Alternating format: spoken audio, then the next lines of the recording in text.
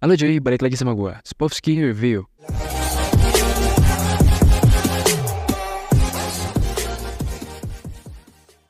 Sebelum kalian nonton, kalian harus tahu ya, video ini bersifat spoiler. Jika kalian penikmat film, gua gak menyarankan kalian untuk nonton. Kali ini gua akan mereview film yang masih anget-angetnya di tahun 2023. Film ini berjudul The Roundup, No Way Out, yang dirilis pada tahun ini. Film ini masih disutradarai oleh Lee Sang-young, dibintangi oleh Ma Dong-seok, Lee Joon-hyuk, Munetaka Aoki, dan yang terakhir adalah Park Ji-won. Makanya jangan di skip-skip videonya. Oke, tanpa basa-basi kita langsung aja cuy. Skoy!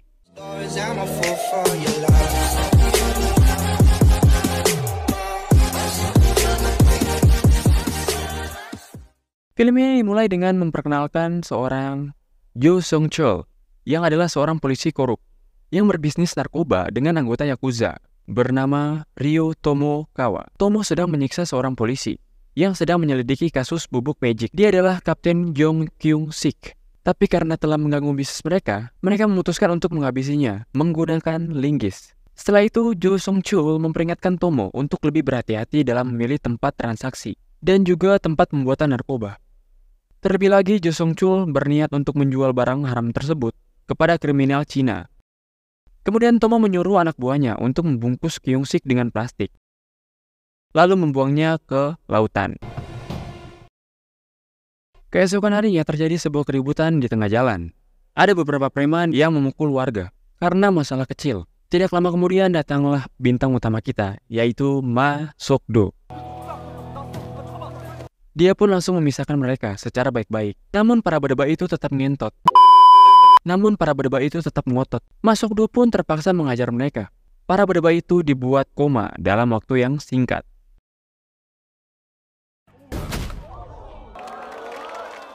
Tidak lama kemudian polisi setempat pun datang untuk mengamankan mereka. Tetapi Ma Sok-do malah mau ditangkap karena mukanya kayak kriminal DPO. Setelah dijelaskan, polisi pun tidak menangkapnya. Dia pun kembali ke kantor. Di sini kita melihat kalau Ma Sok-do baru saja dipindahkan ke kota Guangzhou. Unit yang ditempati Ma Sok-do dipimpin oleh Kapten Jang Tae.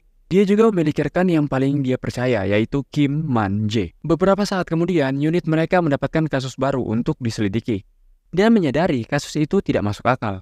Mereka menemukan jasad seorang wanita yang kabarnya jatuh dari lantai 8. Dalam penyelidikannya, Ma Sok-do ditemani oleh rekannya. Kemudian mereka berbagi tugas. Setibanya Ma Sok-do di lab forensik, dikejutkan oleh bukti bahwa kematian wanita itu disebabkan oleh narkoba yang bernama Hyper. Ini adalah jenis narkoba yang sangat kencang efeknya, dan obat ini berasal dari Jepang. Selain itu, ahli forensik juga mengatakan bahwa korban kemungkinan dilempar dari gedung dan tidak bunuh diri. Berpindah ke Kapten Jang. Dia memberitahu Ma Sok-do bahwa para saksi telah membuat pernyataan, dan kasus ini akan diambil alih divisi anti narkoba. Akan tetapi Ma Sok-do melarangnya. Dia sangat yakin bahwa wanita itu dibunuh dengan sengaja. Untuk menyelidiki lebih dalam, Ma Sok-do mengajak Man-jae untuk mengunjungi klub Orange dan dikunjungi korban sebelum meninggal.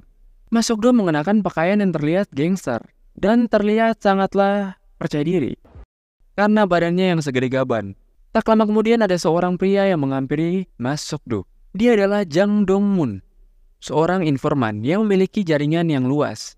Dia akan membantu Ma Sok-do dan Man-jae untuk masuk tanpa harus mengantri. Tanpa menunggu lama, Ma Sok-do pun langsung pergi ke ruangan VIP agar bisa menemui pemilik klub tersebut. Ma Sok-do yang ingin naik dihentikan oleh penjaga yang badannya sangat besar. Dia pun menampar Ma Sok-do. Dia pun melihat surga 30 menit. Setibanya di ruangan VIP, Ma Sok-do melihat beberapa pengguna Hyper. Dia pun langsung menyuruh Man-jae untuk menghubungi markas. Ma Sok-do kemudian mengumpulkan beberapa barang bukti sekaligus mengajar mereka. Dia pun bertemu dengan Lee Sang-chul yang sedang karaoke bersama wanita. Anggota kepolisian langsung menangkap orang-orang yang terlibat obat-obatan. Beberapa waktu kemudian, Jo Sang-chul dan Tomo bertemu dengan Tuan Baek.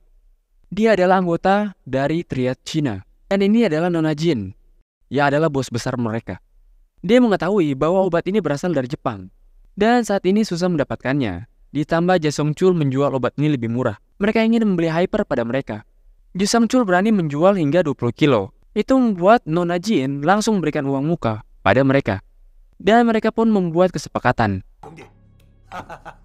Berpindah pada Masokdo dan anggotanya, mereka menginterogasi Sang Chul mengenai pengedar narkoba yang menjual hyper di klub malamnya. Tapi dia tidak memberi tahu apa-apa. Masokdo pun langsung membuatnya buka mulut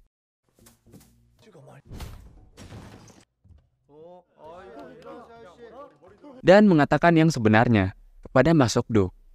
Dia menyebut nama Hiroshi yang merupakan anak buah dari Tomo. Masokdo segera membagi tugas untuk anggota-anggotanya. Dia dan Manjay akan menemui pengedar yang berhubungan dengan Yakuza. Sedangkan Kapten Jam dan yang lain akan menangkap Hiroshi. Untuk melancarkan misinya, Masokdo meminta bantuan kepada Dongmon. Dongmon mengatakan bahwa pengedar yang dekat dengan Yakuza adalah Nyonya Jung dan adiknya yang bernama Jinzu. Mereka adalah kakak beradik yang masih mengedarkan obat-obatan di Gangnam. Mereka pun masuk sambil menobrak pintu, tetapi dihentikan oleh Jinzu. Dia pun mencoba melawan, tetapi Masokdo hanya memberikan pukulan ringan.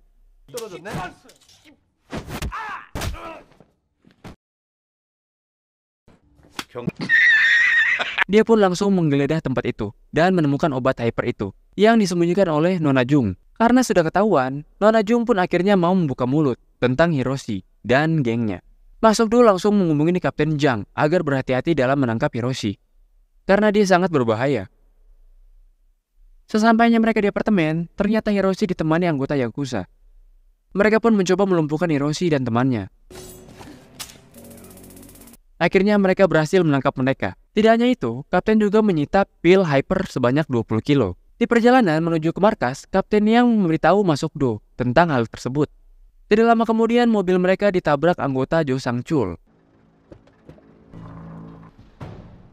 dan mengambil semua obat-obatan itu. Hiroshi meminta bantuan pada Jo Sang Chul karena dia tahu mereka berada di pihak yang sama. Tetapi Sang Chul membunuhnya saat itu. Dia pun menghancurkan mobil yang mereka gunakan untuk menghilangkan jejak. Jo Sang Chul langsung pergi menemui Tomo dan membuat keributan di sana. Jo Sang Chul sangat kesal kepada Tomo karena tidak menjaga barangnya dengan baik. Besoknya Masokdo dan Manjay pergi ke rumah sakit untuk menjenguk rekan-rekannya, ditambah kapten yang berada dalam masa kritis. Berpindah pada seorang pria yang bernama Kim Yang-ho. Dia adalah penyelundup yang bekerja sama dengan Tomo. Hiroshi yang sudah tewas digantikan dengan Kim. Itu membuat dia yang akan bertanggung jawab di distrik Hiroshi. Kim meminta untuk bertemu dengan mitra Tomo, tapi Tomo tidak menyarankan hal itu karena Jo Sang Chul tidak bisa diajak kompromi dan terlihat sangat brutal. Bahkan dia pun sudah sangat kesal terhadap Jo Sang Chul. Berpindah pada Masokdo di rumah sakit. Dia didatangi junior dari kantor lamanya. Di sini mereka ingin bergabung dengan Masokdo. Dia berkata bahwa dia menemukan pistol milik atasannya di rumah Hiroshi. Atasannya adalah Jo Kyung-sik, polisi yang dibunuh oleh Jo Sang Chul. Mereka curiga karena Jo Sang Chul merupakan kepala biro anti narkoba. Masokdo dan Manjay langsung pergi kantor Jo Sang Chul. Dia ingin menanyakan proses penyelidikan narkoba di wilayah tersebut. Namun gerak-gerik Jo Sang Chul membuat Masokdo mencurigainya. Ditambah Jo Sang Chul emosi ketika dirinya ditanyai tentang kematian Kyung-sik. Karena tidak mau terjadi keributan, Manjay pun mengajak Masokdo untuk pergi. Masokdo memberikan kartu namanya kepada Jo Sang Chul, tetapi malah kartu Chinese food yang diberikan.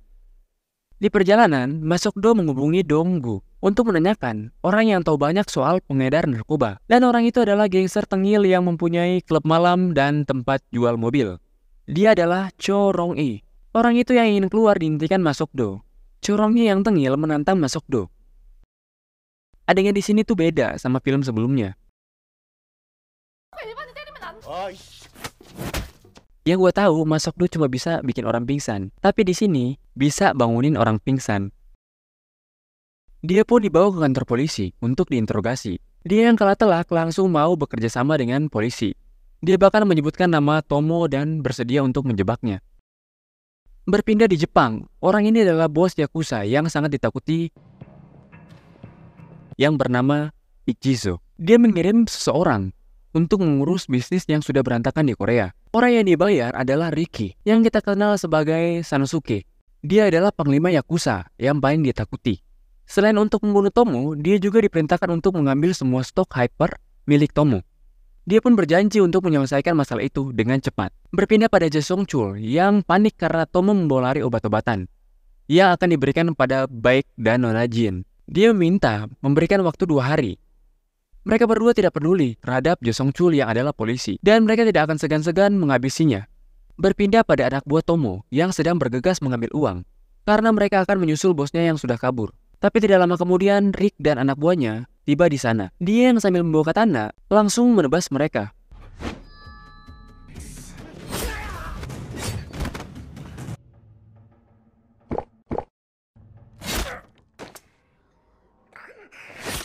Tapi Ricky gagal menemukan Tomo, dan dia harus mencari ke semua tempat di penjuru Korea. Berpindah pada Masokdo dan anggotanya.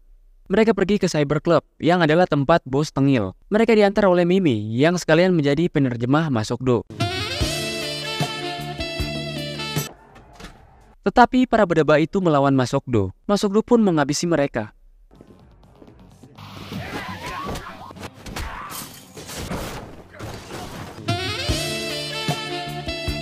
Dan hanya menemukan Kim yang lagi nahan boker, tapi tidak menemukan Tomo. Ternyata Tomo kembali ke hotel, mengambil semua uangnya dan berniat untuk kabur. Tetapi Ricky menemukannya. Mereka pun langsung membawa Tomo. Masokdo yang melihat itu langsung menghentikan mereka dan sekaligus memperkenalkan tinjunya.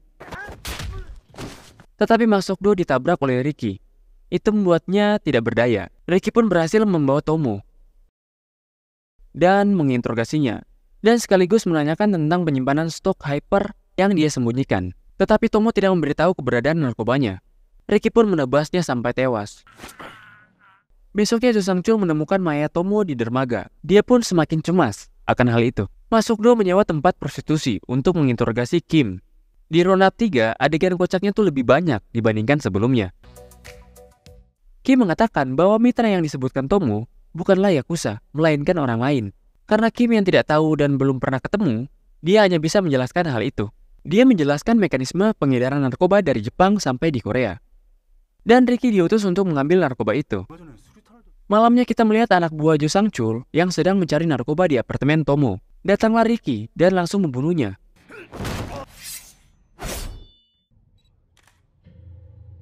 Ketua Yakuza Ichizo menelpon Jo Sang-chul. Dia mengatakan bahwa dia sangatlah marah akan obatnya yang dicuri. Ichizo memberikan kesempatan untuk mengembalikan narkoba itu. Tetapi Jo Sang-chul yang ngeyel menjual pada pemiliknya. Kan goblok. Dia pun mengancam Jo Sang-chul bahwa akan menghabisinya. Jo Sang-chul bertemu dengan Baek dan Nona Jin. Baek yang marah menampar Jo Sang-chul. Itu membuat Jo Sang-chul membantai mereka. Balik lagi pada Masokdo yang berada di TKP. Dia mengetahui bahwa anak buahnya mengobrak-abrik apartemen Tomo untuk mencari obat hyper itu. Dia pun pergi ke kantor unit narkotika untuk bertemu Jo Sang-chul. Di sana dia bertemu anak buahnya. Mereka pun bertengkar soal kematian anggotanya dan sedikit memberikan pelajaran padanya. Kembali ke dermaga milik Yakuza, Masokdo mengingat salah satu anggota itu yang sempat melawannya di parkiran dan dengan mudah mengajar mereka. Tetapi mereka juga tidak tahu keberadaan obat itu. Masokdo yang penasaran menggeledah tempat itu.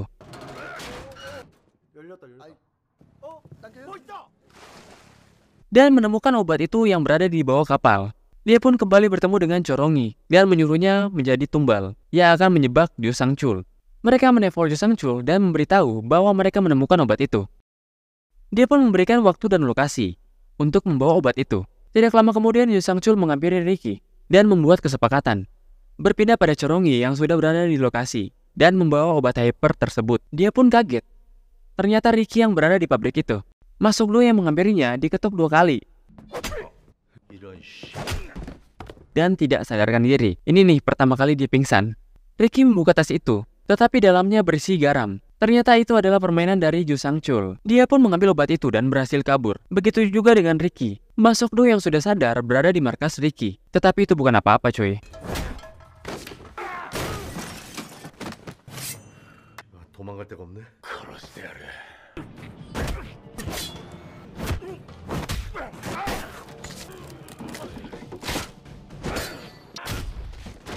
Dia langsung menghabisi mereka semua bersama Ricky. Masokdo langsung bergegas mengikuti GPS yang adalah keberadaan Jo Sang-chul. Di kantor, terlihat Jo Sang-chul sedang mengemasi uangnya dan bergegas pergi, tetapi dihentikan oleh Masokdo.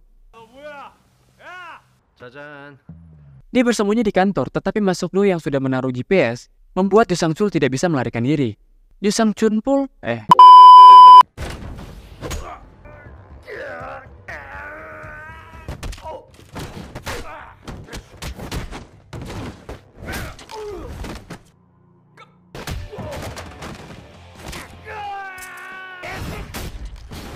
Jo Sang-chul pun dilumpuhkan dengan pukulannya Mas Suk-do. Itulah akhir cerita dari film yang berjudul The Grown-Up No Way Out. Film ini action, tapi komedinya bikin gak ngebosenin, boy. Dan pukulan dari Mas Suk-do pun agak lebih krenyes dari sequel sebelumnya. Skor gua untuk film ini tuh 8,7. Tunggu dulu, ada cuplikan akhir yang harus kalian tonton.